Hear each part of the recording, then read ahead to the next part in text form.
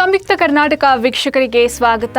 ನಾನು ವೈಷ್ಣವಿ. ಇವತ್ತಿನ ಸಂಯುಕ್ತ ಕರ್ನಾಟಕ ದಿನಪತ್ರಿಕೆಯಲ್ಲಿ ಏನೇನೆಲ್ಲ ಹೆಡ್ಲೈನ್ಸ್ ಇದೆ ಅನ್ನೋದನ್ನ ನೋಡ್ತಾ ಹೋಗೋಣ. ತಮಿಳುನಾಡಲ್ಲಿ ಹೊಸ ಮೈತ್ರಿಯ ಯುಗಾರಂಭ. 55 ವರ್ಷದ ಡಿಎಂಕೆ ಸಖ್ಯ ಬಿಟ್ಟು ವಿಜಯ್ ಹೆಗಲಿಗೆ ಕೈ. ಕಾಂಗ್ರೆಸ್ನ 5 ಶಾಸಕರ ಬೆಂಬಲ ಟಿವಿಕೆಯ ದಳಪತಿಗೆ ಸಿಕ್ಕಿದೆ. ಆದ್ರೂ 118ರ ಸರಳ ಬಹುಮತಕ್ಕೆ 6 ಸೀಟುಗಳ ಕೊರತೆ ಇದೆ. 5 ವರ್ಷ ಕಾಂಗ್ರೆಸ್ದೇ ಸರ್ಕಾರ. ವರಿಷ್ಠರು ಹೇಳಿದ್ರೆ ನಾನೇ ಸಿಎಂ. ಮೊದಲ ಬಾರಿ ಬದಲಾಯಿತೆ ಸಿಎಂ ಮಾತಿನ ಧಾಟಿ. ಐಪಿಎಲ್ ಫೈನಲ್ ಅಹಮದಾಬಾದ್ಗೆ ಬೆಂಗಳೂರು ಕೈ ಬಿಟ್ಟಿದ್ದಕ್ಕೆ ಶಾಸಕರು ಕಾರಣವೇ? ಬೆಳಗಾವಿಲಿ ಪ್ರಥಮ ಮುಂಗಾರು ಕಲಾಪ. ಸುವರ್ಣಸೌಧ ನಿರ್ಮಾಣವಾಗಿ 13 ವರ್ಷ ಬಳಿಕ ಹೊಸ ಮುನ್ನುಡಿ. ಜಿಬಿಎ ಚುನಾವಣೆ ಆಯೋಗದ ನೇತೃತ್ವದಲ್ಲಿ ನಾಳೆ ಸಭೆ ನಡೆಯಲಿದೆ. ಸಭೆಯಲ್ಲಿ ಸಿಎಂ ಸಿದ್ದರಾಮಯ್ಯ, ಡಿಸಿಎಂ ಡಿಕೆ ಶಿವಕುಮಾರ್ ಸೇರಿದಂತೆ ಪ್ರಾಧಿಕಾರದ ಸದಸ್ಯರು, ಅಧಿಕಾರಿಗಳು ಭಾಗಿಯಾಗಲಿದ್ದಾರೆ. ಚುನಾವಣಾ ಕೆಲಸಕ್ಕೆ 6,000 ಸಿಬ್ಬಂದಿ ನೇಮಿಸಲು ಸರ್ಕಾರಕ್ಕೆ ಆಯೋಗ ಸೂಚನೆ ನೀಡಿದೆ. ಬೆಂಗಳೂರಿನ ಕೆಲವು ಬಂಕ್ಗಳಲ್ಲಿ ಪೆಟ್ರೋಲ್ ನೋ ಸ್ಟಾಕ್ ಬೋರ್ಡ್. ವಾಹನ ಸವಾರರಲ್ಲಿ ಆತಂಕ ಎದುರಾಗಿದೆ. ಎಚ್ಪಿ ಬಂಕ್ಗಳಲ್ಲಿ ಮಾತ್ರ. ಡಿಎಂಕೆಗೆ ಕೈಕೊಟ್ಟ ಕಾಂಗ್ರೆಸ್, ಇಂಡಿ ಒಕ್ಕೂಟದ ಪಕ್ಷಗಳು ಪರಾಮರ್ಶೆ ಮಾಡಿಕೊಳ್ಳಲಿ ಎಂದ ಆರ್ ಅಶೋಕ್. ಒಂದೇ ವಾರದಲ್ಲಿ 50 ಕೋಟಿ ಮೌಲ್ಯದ ಡ್ರಗ್ಸ್ ಜಪ್ತಿ ಮಾಡಲಾಗಿದೆ. ಬೆಂಗಳೂರು ಮಾದಕ ದ್ರವ್ಯದ ಹಬ್ಬ ಇತ್ತ.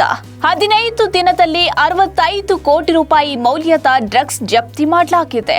ಐಟಿ ಉದ್ಯೋಗಿಗಳು, ಕಾಲೇಜು ವಿದ್ಯಾರ್ಥಿಗಳೇ ಟಾರ್ಗೆಟ್. ಶೀಘ್ರದಲ್ಲೇ ಬಿಎಂಟಿಸಿಯಲ್ಲಿ ಪ್ರೀಪೇಡ್ ಕಾರ್ಡ್ ಸೌಲಭ್ಯ ಲಭ್ಯವಾಗಲಿದೆ.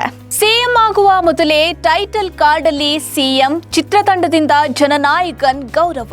ರಾಜ್ಯದಲ್ಲಿ ಭಾರೀ ಮಳೆ ಎಚ್ಚರಿಕೆ ನೀಡಲಾಗಿದೆ. ಹಲವು ಜಿಲ್ಲೆಗಳಲ್ಲಿ ಮೇ 12ರವರೆಗೆ ಕೆಲವೆಡೆ ಮಳೆಯ ಸೂಚನೆ ನೀಡಲಾಗಿದೆ. ನಿರೀಕ್ಷೆಯಂತೆ ಮಾವಿನ ಹಣ್ಣಿಗೆ ಸಿಗದ ಸೂಕ್ತ ಬೆಲೆಯಿಂದ ಕಂಗಾಲಾದ ರೈತ ಕುಟುಂಬ. ಜಿಲ್ಲೆಯ ಪ್ರಮುಖ ವಾಣಿಜ್ಯ ಬೆಳೆ ಮಾವು. ಮಾವಿನ ಮರ ಕತ್ತರಿಸಿ ಪರ್ಯಾಯ ಬೆಳೆಗಳತ್ತ ರೈತರ ಚಿತ್ತ. ಗ್ಯಾಸ್ ದರ ಏರಿಕೆ ವಿರೋಧಿಸಿ ಕಾಂಗ್ರೆಸ್ ವಿನೂತನ ಪ್ರತಿಭಟನೆ ಮಾಡಿದೆ. ಉತ್ತರ ಕರ್ನಾಟಕದ ದೊಡ್ಡಣ್ಣ ಬಿಎಸ್ವೈ.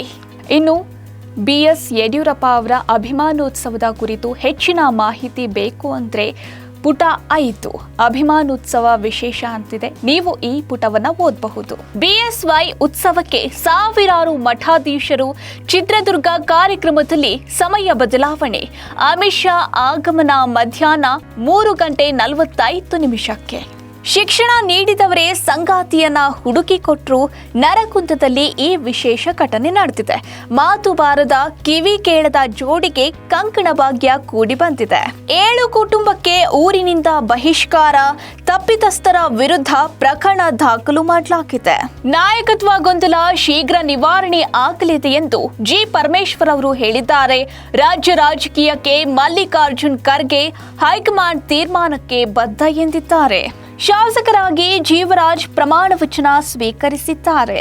ನಾನು ರಾಜೀನಾಮೆ ನೀಡಲ್ಲ, ಬೇಕಾದ್ರೆ ವಜಾ ಮಾಡಲಿ ಎಂದು ಮಮತಾ ಬ್ಯಾನರ್ಜಿ ಅವರು ಭಂಡ ಹಠ ಮಾಡ್ತಿದ್ದಾರೆ. ಚುನಾವಣಾ ಅಕ್ರಮದಲ್ಲಿ ನರೇಂದ್ರ ಮೋದಿ, ಅಮಿತ್ ಶಾ ಅವರು ನೇರ ಭಾಗಿ ಎಂದು ದೀದಿ ಆರೋಪ ಮಾಡಿದ್ದಾರೆ. ಒಂದೇ ಮಾತರಂಗೆ ಅಗೌರವ ತೋರಿದ್ರೆ ಜೈಲು ದಂಡ ಫಿಕ್ಸ್. ರಾಷ್ಟ್ರಗೀತೆ ಸ್ಥಾನಮಾನ ನೀಡಲು ಕೇಂದ್ರ ಸಂಪುಟ ಅಸ್ತು. ಬಂಗಾಳ ಗೆದ್ದ ಬೆನ್ನಲ್ಲೇ ತೀರ್ಮಾನ ತೆಗೆದುಕೊಂಡಿದೆ ಕೇಂದ್ರ ಸರ್ಕಾರ. ಸಂಸತ್ತಲ್ಲಿ ಪಾಸ್ ಬಾಕಿ. ದೀದಿ ನೇಮಿಸಿದ ಅಧಿಕಾರಿಗಳ ರಾಜೀನಾಮೆ ಪರ್ವ ಆರಂಭ. ಬಿಜೆಪಿ ವಿಜಯ ಬೆನ್ನಲ್ಲೇ ಭಾರೀ ಬೆಳವಣಿಗೆ ನಡೆದಿದೆ. ಇನ್ನು ದೇಶ ವಿದೇಶದಲ್ಲಿ ಏನೆಲ್ಲ ಬೆಳವಣಿಗೆ ಆಗಿದೆ ಅನ್ನೋದನ್ನ ತಿಳ್ಕೋಬೇಕು ಅಂದ್ರೆ ದೇಶ ವಿದೇಶ ಪುಟ 9. ಈ ಪುಟದಲ್ಲಿ ದೇಶ ವಿದೇಶದ ಬಗ್ಗೆ ಸಂಪೂರ್ಣ ಮಾಹಿತಿ ಸಿಗಲಿದೆ. ನೀವು ಈ ಪುಟವನ್ನ ಓದಬಹುದು. ಇನ್ನು ಐಪಿಎಲ್ ಟೈಮ್. ಆರ್ಸಿಬಿಗೆ 7ನೇ ಜಯದ ನಿರೀಕ್ಷೆ. ಲಕ್ನೌಗಿಂದು ಚಾಲೆಂಜರ್ಸ್ ಸವಾಲು. ಎಲ್ಎಸ್ಜಿಗೆ ಡೂ ಆರ್ ಡೈ ಪಂದ್ಯ ಇದು.